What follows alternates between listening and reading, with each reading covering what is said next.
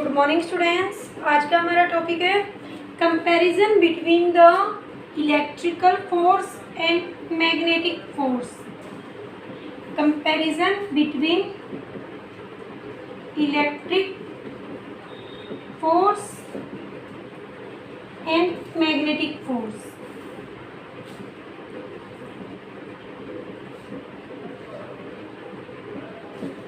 Okay, तो हमें electric force और मैग्नेटिक फोर्स के अंदर कंपैरिजन करना है। ओके, तो इसके लिए first of all first point हमें पता है इलेक्ट्रिक फोर्स आपका क्या होता है, जो चार्ज पार्टिकल के बीच के अंदर टेक प्लेस होता है। ओके, मान लेते हैं Q1 Q2 कोई चार्ज पार्टिकल है, तो उसके साथ आपका एसोसिएटेड हो जाएगा 1/4 pi epsilon not Q1 Q2 divided by में R का स्क्वायर। ओके, अब हमें किस किस के बीच में करना है, इलेक्ट्रिक एंड मैग्नेटिक। तो कॉमन सी बात है मैग्नेटिक फोर्स भी हमारे पास होना चाहिए। तो मैग्नेटिक फोर्स आपका क्या होता है, मैग्नेटिक फोर्स आपका हम ऐसे डिनोट करते हैं म्यू नॉट अपॉन में 4 पाई current I1 I2 divided by में R का स्क्वायर। ओके, जैसे स्ट्रेट कंडक्टर का हमने केस लिया था, तो I1 I2 R square into में DL1 DL2। Biot Savart law से भी आप ले सकते हो, म्यू नॉट अपॉन में 4 पाई IDL sine theta divided by R square. Theta को हम क्या ले लेते हैं 90, क्योंकि दो पैरेलल कंडक्टर्स के अंदर हमने क्या निकाला हुआ है, मैग्नेटिक फोर्स। ओके, उसके बाद हमें पता है जैसे कि करंट आपका क्या होता है, चार्ज बाई टाइम। ओके, दोनों साइड मैंने लेंथ एलिमेंट से मल्टीप्लाई कर दी, तो ये क्या हो जाएगा Q बाई टी इंटू में लेंथ एलिमेंट DL। कोई फर्क नहीं पड़ा। अब यहाँ से देखो वेलोसिटी आपकी होती है डिस्टेंस बाई में टाइम, तो यहाँ से हम क्या कर सकते हैं, करंट इंटू में DL is equal to the Q into में V। ठीक है, तो ऐसे हमने क्या कर लिया, करंट और लेंथ एलिमेंट को रिलेट कर दिया चार्ज से और वेलोसिटी से। तो यहाँ पे देखो जब आपका current I1 dot length element D1, ये आपका क्या हो जाएगा, charge Q1 velocity V1। Second क्या है आपका I2 dot DL2 is equal to charge Q2 velocity V2। ठीक है, अब इन सब की वैल्यू यहाँ से हम इन सब की वैल्यू कहाँ पुट कर देंगे, मैग्नेटिक फोर्स के अंदर। ओके, तो मैग्नेटिक फोर्स आपका क्या हो जाएगा, म्यू नॉट अपॉन में 4 पाई I1 DL1 क्या बन जाएगा, Q1 V1 इंटू में I2 DL2। I2 DL2 आपका कितना हो जाएगा, charge Q2 V2 divided by में R का स्क्वायर। ओके, तो उसके बाद हमें पता है हमारा इलेक्ट्रिक फोर्स क्या होता है, 1/4 pi epsilon not Q1 Q2 divided by में R स्क्वायर। तो यहाँ से इक्वेशन फर्स्ट से, फ्रॉम इक्वेशन फर्स्ट हम क्या कर लेते हैं, FE इंटू में एप्सिलॉन नॉट किसके इक्वल है आपका, Q1 Q2 डिवाइडेड बाई में 4 पाई R का स्क्वायर। और यहाँ से देखो मैग्नेटिक फोर्स के अंदर क्या है, म्यू नॉट अपॉन में 4 पाई। ठीक है, इनको हम एक साथ ले लेते हैं, म्यू नॉट V1 V2।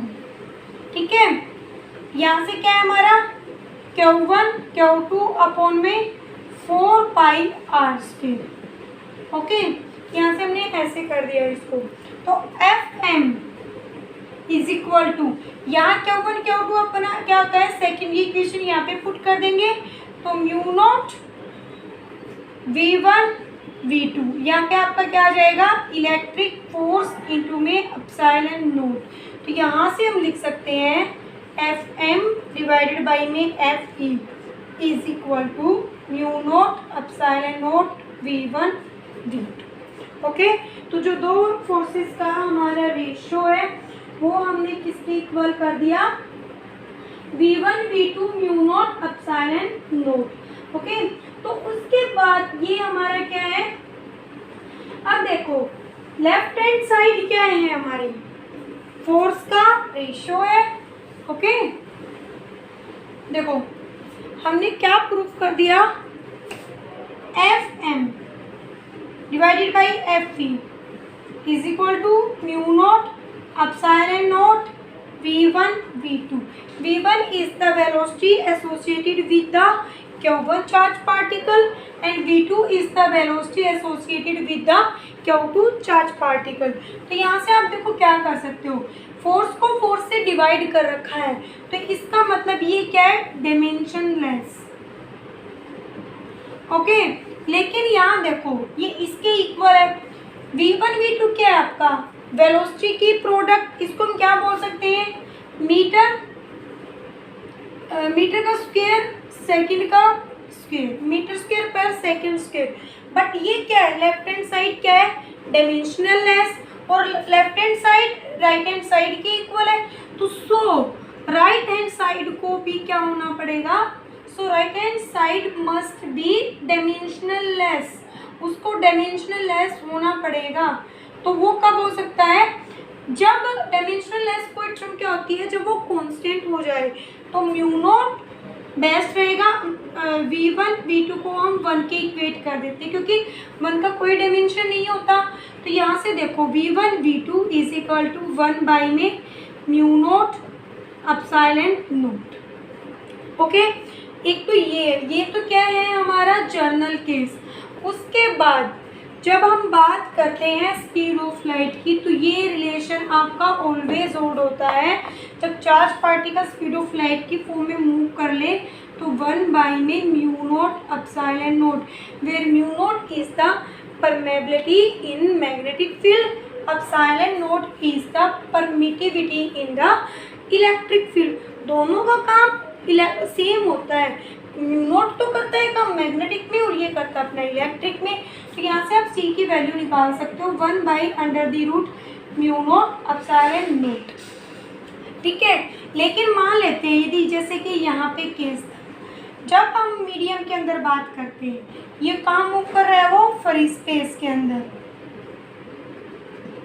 अब चार्ज पार्टिकल का सब मीडियम के अंदर मूव कर रहा है, move in some medium both. तो उस केस के अंदर आपको क्या लिखना है, V is equal to 1 by under the root mu epsilon. Okay, तो यहाँ पे आप क्या देख सकते हो, देखो फ्री स्पेस के अंदर क्या होता है, तो चार्ज पार्टिकल मूव करता है तो वेलोसिटी ये होती है, या फिर हम ऐसे भी कर सकते हैं उसको, म्यू क्या होता है, mu naught mu R, this is the permeability in free space and this is the relative permeability, and epsilon होता है epsilon naught epsilon R, mu R is equal to 1 and epsilon R is equal to 1। ये दोनों case होते हैं आपके free space के अंदर। तो यहाँ से आप कर सकते हो, v की जगह वैल्यू रिप्लेस करो, इसकी जगह under the root mu naught mu R epsilon naught epsilon R. Okay, तो अब हमें क्या करना है, देखो रिप्लेसमेंट आपको करनी है, v इज इक्वल टू, हम इसको एक साथ लिख लेते हैं under the root mu not epsilon naught को, और इसको एक साथ लिख लेते हैं म्यू आर एप्सिलॉन आर। कई बार है ना आप बोलते हो डाइलेक्ट्रिक कांस्टेंट, जो एप्सिलॉन आर है it act as a dielectric constant. अब ये किसके इक्वल है, आपका सी के इक्वल है। तो यहाँ से आपकी वेलोसिटी क्या बन जाएगी, v is equal to the c by under the root mu R epsilon R. तो इस तरीके से आप किसी भी मीडियम की वेलोसिटी को स्पीड ऑफ लाइट के साथ आप कनेक्ट कर सकते हो।